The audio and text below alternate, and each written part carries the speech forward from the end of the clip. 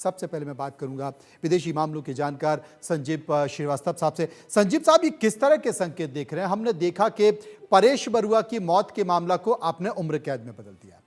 जो वहां के पूर्व मंत्री बब्बर हैं, बब्बर की मौत के जो सजा है उसे आपने माफ कर दी। 24 हत्याओं का आरोप, शेख हसीना पर हमला, भारत के पूर्वोत्तर में हथियार का सप्लाई का पूरा मामला, और अब जिस तरह से एक आतंकी बांग्लादेश में पकड़ा गया है, वो बांग्लादेश से पाकिस्तान जाता है, पाकिस्तान से वो भारत आता है, भारत से पश्चिम बंगाल में पहुंचता, पश्चिम बंगाल से वापस पाकिस्तान जा रहा था, जम्मू कश्मीर में कई सारी घटनाओं को अंजाम दे चुका है। रॉकेट लॉन्चर चलाने में वो एक्सपर्ट बताया जा रहा है, और उसने कहा कि भाई मुझे मेरे आकाओं ने संकेत दिया है, उस संकेत के अनुसार मैं ये काम कर रहा हूं। आखिर बांग्लादेश चाहता क्या है? बांग्लादेश रच क्या रहा है?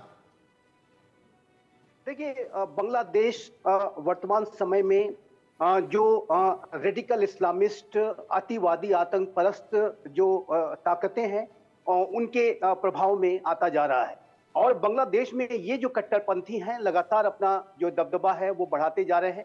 और मोहम्मद यूनुस की जो सरकार है वो इन कट्टरपंथियों के या तो दबाव में काम कर रही है, या तो मोहम्मद यूनुस स्वयं जिस तरीके के अभी संकेत निकल के आ रहे हैं, और जैसा कि आपने बताया, दिखाया कि शहबाज शरीफ के साथ जिस तरीके के उनकी जो मीटिंग हुई है और जिस तरीके के वो हंसते मुस्कुराते और पुरानी सारी जो कड़वाहट, काले अध्याय को भुलाते हुए जिस तरीके से उनको गले लगा रहे हैं, जाहिर है कि ये स्पष्ट रूप से इस बात को दर्शाता है कि मोहम्मद यूनुस की जो सरकार है इन कट्टरपंथियों को, इन आतंक परस्त ताकतों को शह देने का भी कार्य कर रही है।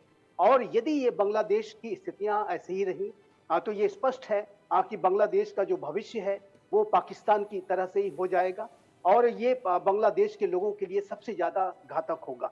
बांग्लादेश में आप देखिए तो ये जो कट्टरपंथी ताकतें जिस तरीके से अपने प्रभाव को बढ़ा रही हैं, उससे जो बांग्लादेश की जो टेरिटरी है उसके ऊपर भी जो उसका एक कंट्रोल था, मैं यहाँ पर जाहिर है कि म्यांमार और बांग्लादेश के बॉर्डर पे जो स्थितियां हैं, अराकान आर्मी जिस तरीके से अनेक टेक्नाफ रीजन के भागों पर कब्जा कर रही है और पूरे सेंट मार्टिन आइलैंड के ऊपर भी उसने खतरा पैदा कर दिया है, तो बांग्लादेश जो है एक बार फिर से जो है विखंडन के कगार पे हो सकता है। पाकिस्तान की इसी तरीके की गलत नीतियों की वजह से आज पाकिस्तान 4 भागों में विभाजित हो सकता है। उसी तरीके की स्थितियां बांग्लादेश में हो सकती है। उसी तरह की स्थितियां बांग्लादेश में भी लगातार हो सकती है। AK सिवाज साहब मेरे साथ मौजूद हैं। सिवाज साहब, अंतरराष्ट्रीय स्तर पर कूटनीति के जरिए भारत संकेत दे रहा है। भारत ने संकेतों के जरिए अपने विदेश सचिव को बांग्लादेश भेजा। बांग्लादेश में वहां जाकर उन्होंने 2 टूक